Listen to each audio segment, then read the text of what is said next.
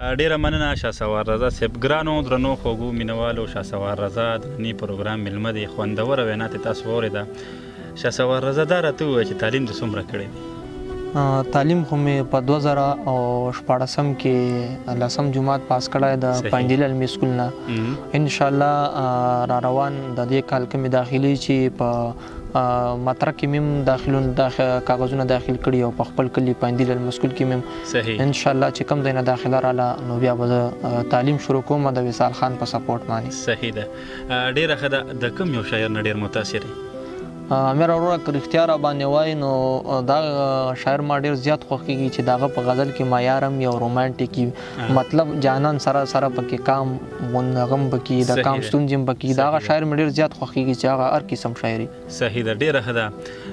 رضا بل که نظم وي غزل وي شریک کړي راسره ډېره بښوي. ولې نه غزل دی چې غزل نه مخکې یو 2 شعرونه یې چې ارشاد د چا په زور چا په ستم پاسمه، د چا په زور چا په ستم پاسمه، په غم اوده شمه په غم پاسمه. واه زبردست. ډېر ښکلی. نه د چا په زور چا په ستم پاسمه، په غم اوده شمه په غم پاسمه، دا ستا خبره به منم آشنا، ستا په خبره به کینم پاسمه. واه زبردست. دا بیا ډېر ښکلی. دا ستا خبره به منم آشنا، ستا په خبره به کینم پاسمه، دا ستا د یو نظر اثر دومره دا ستا د یو نظر اثر دومره یو دم غورځېږم یو دم پاسم. واه زبردست. ډېر غزل دی چې ارشاد په ځمکه باندې کرښې ګوتو شمار هسې په زلو، په ځمکه باندې کرښې ګوتو شمار هسې په زلو، چې کړی مې یو څومره انتظار هسې په زلو. ډېر ښکلی. مننه. په ځمکه باندې کرښې ګوتو شمار هسې په زلو، چې کړی مې یو څومره انتظار هسې په زلو. اکثر به د اظهار په وخت کې شونډو له راتللو، اکثر به د اظهار په وخت کې شونډو له راتللو، د یار په ښکلو زلفو کې یو تار هسې په زلو. ډېر ښکلی. زبردست. اکثر به د اظهار په وخت کې شونډو له راتللو، د یار په ښکلو زلفو کې یو تار هسې په زلو. ای ما به چې ټکور ورکړو نو لا بیا درد سیوا کړم. امیر وروره ای ما به چې ټکور ورکړو نو لا بیا درد سیوا کړم، ای ما په دې زړګي کې یو پرهار هسې په زلو. مننه. ای ما به چې ټکور ورکړو نو لا بیا درد سیوا کړم، ای ما په دې زړګي کې یو پرهار هسې په زلو. هم هغه شان بدنیتي وران مخونه مو یو بل ته، هم هغه شان بدنیتي وران مخونه مو یو بل ته، ترمنځه کولاو شوی مو روزګار هسې په زلو. ډېر هسې په زلو. زبردست. هر ښکلي ته د زړه په کور کې ځای مې ورکولو، هر ښکلي ته د زړه په کور کې ځای مې ورکولو، ما ویلې چې دا ښه دی خو دا کار هسې په زلو. ډېر ښکلی. ډېر ښکلی. مننه. هر ښکلي ته د زړه په کور کې ځای مې ورکولو، ما ویلې چې دا ښه دی خو دا کار هسې په زلو. زما په موجودګۍ به یې زما کړل صفتونه، بیا وروسته به یې وی چې شهسوار هسې په زلو. زما په موجودګۍ به یې زما کړل صفتونه، بیا وروسته به یې وی چې شهسوار هسې په زلو. ډېره ښه ده. ډېر زبردست. شهسوار رضا زیات تر مینوال دا ګیله کوي چې پروګرام اوږدېږي، دې وجه نه مونږ لنډ ویډیو جوړو.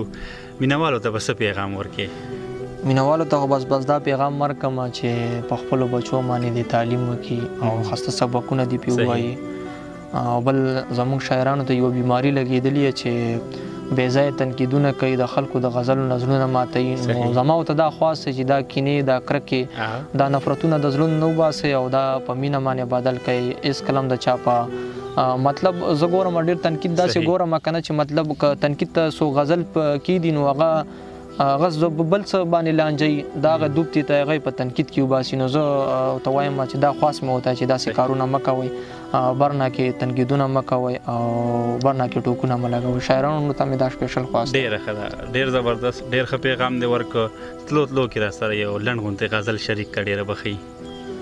ولې نه غزل دی چې انورزیب رور ته په ملیشه کې ډالۍ، محسن ته او حامد ته، علي حیدر ته او سید کریم رور دوی راته ویلي چې دا غزل ډالۍ که نو ضرور دغه غزل دی چې داسې په لګتو مې در نه راوباسي. واه زبردست. چې داسې په لګتو مې در نه راوباسي، نو خود به مې هزار زړه او ځیګر نه راوباسي. ډېر ښکلی.